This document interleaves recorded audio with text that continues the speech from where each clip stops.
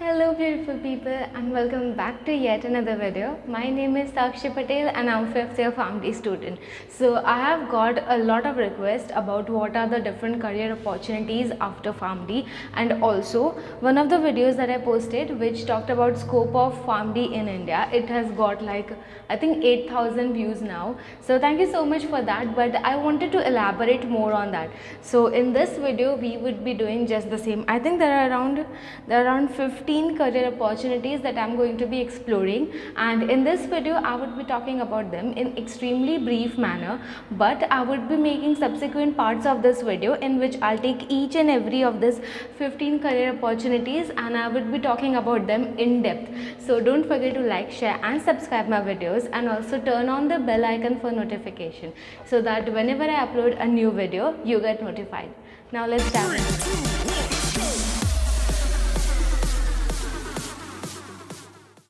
Alright, so out of all of these career opportunities, the two most common opted out career opportunities, they are clinical research and as clinical pharmacist. So if you are someone who is in first year PharmD, you might know what a clinical pharmacist is, but as you will come in fourth year PharmD, you will get to know what a clinical research person is. So clinical research, it involves opportunities in managing clinical trials, monitoring their progress, analyzing data, ensuring regulatory compliance and contributing to the advancement of medical knowledge and patient care. So in clinical research you can either get a job as CRA or CRC, which is clinical research coordinator, clinical research associate, and there are also so many other career opportunities in clinical research. This is literally one of the most widest opportunity which you can get, and it's not just that you will be working as there is just one post for clinical research for PharmD. It's not like that. There are so many posts in clinical research. There are so many things going on in a trial in which you might be needed. Alright, now the second one which I was talking about, it is as clinical pharmacist. So as you guys know, I think you will have to direct patient care, medication management and interdisciplinary collaboration, specialize in areas such as ambulatory care, critical care or oncology, manage transitions of care and participate in quality improvement initiatives, conduct clinical research and contribute to education and training. So by direct patient care, what I mean is that in medication management there are always so many different options in medications that any disease or any patient has, so you can contribute into providing what is the best plan of treatment for a particular patient or for a particular disease. You can work to find out what are the drug-drug interactions going on, what are the adverse effects that the patient might be facing, and all of these, they can also help you in clinical research. As I told you, clinical research is a very vast topic. There are so many career opportunities inside clinical research as well. Alright, so clinical pharmacist, you will have to be posted in a hospital. It is something that is not as developed as clinical research is developed in India yet, but it is surely in a developing phase. So if you are a first year PharmD, second year PharmD, by the time you would be graduating, there would be endless opportunities even as clinical pharmacist. Next one is working in pharmaceutical industry. You can work in various departments such as research and development, that is R&D, regulatory affairs. Now regulatory affairs, it will mean that you will have to see whether there are any kind of adverse event that are there, or whether the plant or whatever industry is, whether it is in compliance with the good clinical practices, good laboratory practices, good manufacturing practices, that is GMP, GCP, etc. Then medical affairs, pharmacovigilance, which is about monitoring or detecting adverse events. Marketing or sales, contributing to the development, regulation and promotion of pharmaceutical products. If you are someone who wants to stay inside a hospital, then you can also opt for healthcare administration. What you can do is that you can pursue positions in the hospital administration, manage care organizations, health systems or government agencies, overseeing operations, policy making and resource management to improve healthcare delivery. When you are in 5th year PharmD, you would be having a subject known as Pharmacoeconomics. So in that we also have formulary development. It is also there, I think, in clinical pharmacy or hospital pharmacy subject in 3rd or 4th year. So in that you will be studying about how to What a hospital formulary is, that there are a set list of drugs out of which most of the doctors are prescribing, or the most of the doctors should prescribe. So that set a list of drugs, it is known as hospital formulary. It is specific to one single hospital. For example, there is ABC hospital, then it will have its specific hospital formulary. XYZ hospital will be having its specific hospital formulary.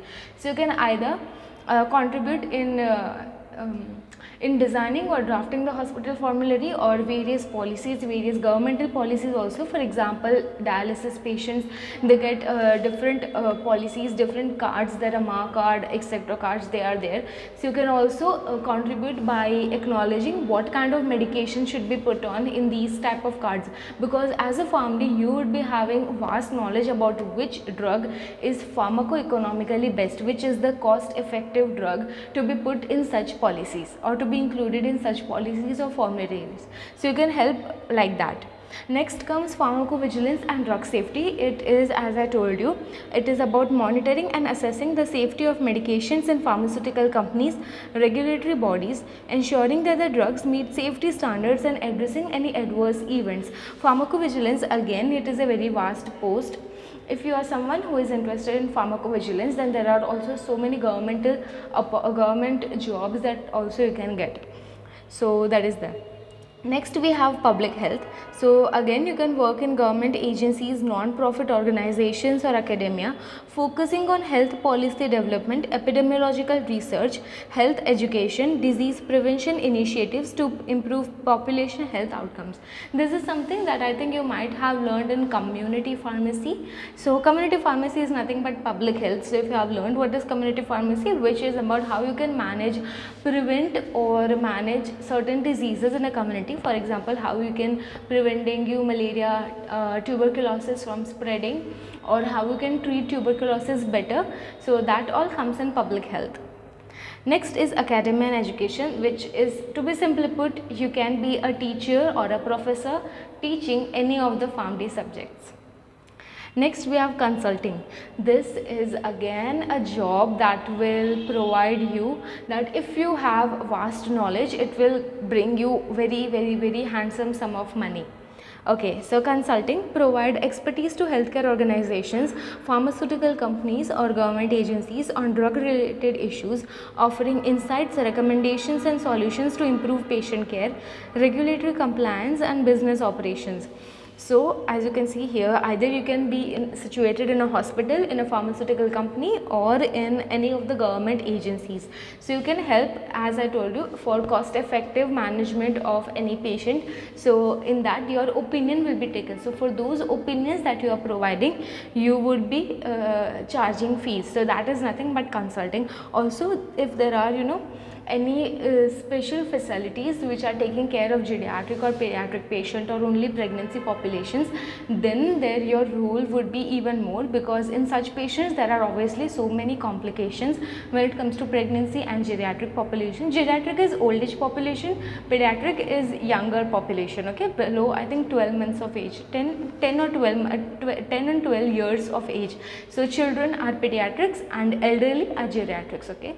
So in those cases there are also a lot of complications. There are dose adjustments that you have to do, because pediatrics can develop toxicity very easily, and geriatrics, they can also develop toxicity very easily because their urinary retention is there, they are constipated.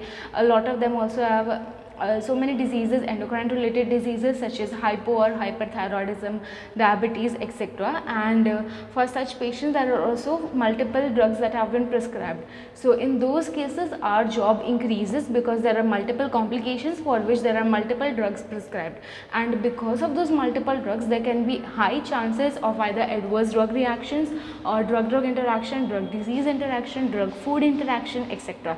So there your job will be increase. So that is what consulting is all about.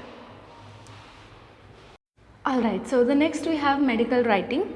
Medical writing create educational material, regulatory documents or scientific publications for healthcare professionals or patients, translating complex medical and scientific information into accessible format. So medical writing you can also do as in clinical research also. So you can be working in clinical research and be a medical writing also, and be someone who is doing medical writing. Okay, so in that you can either create educational material, regulatory documents. Regulatory document, it means if there are submissions to IRB, IEC, that is there are different regulatory committees, ethics committee, etc., or review board, then you have to submit certain documents in a clinical trial to those regulatory bodies, telling them that you are in compliance with the ICH GCP guidelines or whatever guidelines there are. I think this has turned dark. I don't know why. Yeah, this video is getting darker from this side. Okay, I'll have to wrap this up soon. Okay, so that is all about medical writing. Next we have specialty pharmacy. As I told you just now that you can be either working in geriatric, pediatric, pregnancy population. So apart from that, specialty pharmacy, it also includes if you can be posted in oncology, nephrology or cardiovascular. So in those cases also our work increases, because cardiovascular requires multiple drugs. The patient will have cardiovascular problems such as he or she might have heart problems which will lead to hypertension, or kidney problem which will lead to CHF, hypertension, etc. Then there would be nephrology also, oncology. There are so many drugs which cause adverse events. In all of the oncology, chemotherapy drugs actually they cause adverse events. So there also your job will be increased. Okay, next there is always entrepreneurship, which is to start your own pharmacy, design your own drug, design your own guidelines or checklists to be followed by in a hospital. So that is what is entrepreneurship is. Okay, next is biostatistics. PharmD graduates with strong foundation in mathematics, a bit rare.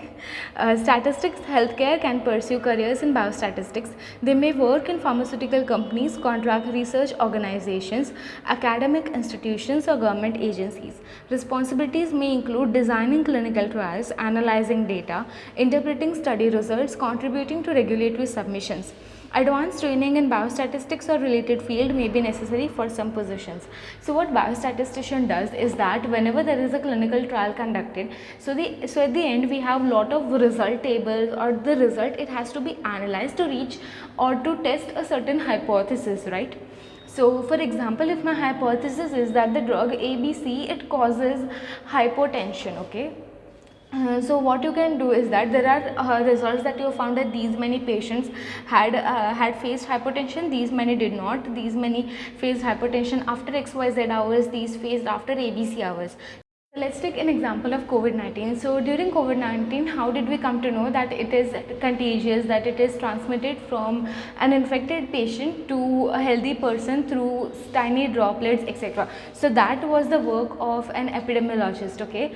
And also disease pattern. Now what disease pattern means is that how it affects body, how it is transmitted to what kind of population it affects more, such as diabetic patients were told that it might that the mortality or the prognosis might be severe enough for a diabetic patient when he or she gets COVID-19. So that is what the epidemiologists do. You have to identify disease pattern, you have to see what kind of population will be more affected by the disease, what kind of drugs are being what kind of treatment options are available for combating such disease, and all of this knowledge it will help in drafting a public healthcare policy. For example, we were told about masking, gloving, then there were PP suits, etc., PPE suits, etc. Then there were also medications, vitamin C, zinc, etc. It was more available. So why those medications only? All of that, it is the work of an epidemiologist. Okay, so you will have to be studying a disease pattern, and it's mainly disease pattern and what kind of medications work in that disease in a huge population. That is the work of an epidemiologist. Alright, next we have pharmacoeconomics. Now pharmacoeconomics, it basically means which drug, whenever there are multiple treatment options, so which treatment option is best for the patient. Now it can be cost minimization analysis, cost effectiveness analysis, cost benefit analysis, or cost utility analysis. What cost minimization analysis means is that which drug is is costing the least to the patient. We don't look at the efficacy, the effectiveness of the medication, but we look at the cost of A, B, C medication. A medication is costing 50, B medication is of 10 rupees, C medication is of 5 rupees. So you use 5 rupees medication in that patient. Now we come to cost benefit analysis. It is which of these three medications it is benefiting the patient more. And benefit in the sense, it not only means economically which medicine is benefiting the patient, but disease wise. For example, it is leading to 50% mortality, 10% mortality, 5% mortality. So we will again use the drug which is causing 5% mortality. Then we have cost effectiveness. Now cost effectiveness, it takes into 2 to 3 factors. For example, it will take the drug cost. Along with that, it will also take number of days that you have spent disease free or symptom free. So that comes in cost effectiveness analysis. Cost utility analysis, it is how many years of life you will have due to this medication. For example, medication A, it is giving you 5 years but on dialysis. Medication B, it is giving you 10 years but on suppose ventilation. And medication C, for example, it is giving you 2 years but without dialysis and without ventilation. Now it is upon the patient to decide whether he wants dialysis for 5 years, ventilation for 10 years, or nothing for 2 years. So that comes in cost utility analysis. So these are different kind of analysis that you conduct once you are opting for career opportunity in pharmacoeconomics. And all of this knowledge, it will help you in hospital pharmacy, in hospital drug formulary management, as I told you, and also in drafting various public health policies. Yeah, that is it. I think I've covered all the 15 of them. So I really hope that you guys enjoyed the video, and if you did, then don't forget to like, share and subscribe. And I also hope that you guys learned about it. Now all of these topics, I know that I explained to you guys in extremely brief, but I would be making subsequent videos in which I would be talking about each and every of this specific career opportunity. I would be talking about what it is exactly, what your role would be, what will be the salary, and whether any additional education you would be needed, what would be the different positions, what are the different companies that are hiring for such career opportunities. So don't forget to like, share and subscribe, because I really think it will help you a lot. There are not many videos that I see on YouTube which talk about scope after PharmD, and even if there are videos, there are some videos to talk about scope after PharmD, but those are the people who are either B Pharm or M Pharm graduate, or they are the teachers, or yeah, they are the teachers who are talking about that. I am a PharmD student. We are exploring ourselves these different career opportunities. So I really think that I can provide you a very good insight on what these career opportunities look like in real life. So yeah, that is it. Bye bye. I'll see you soon at the next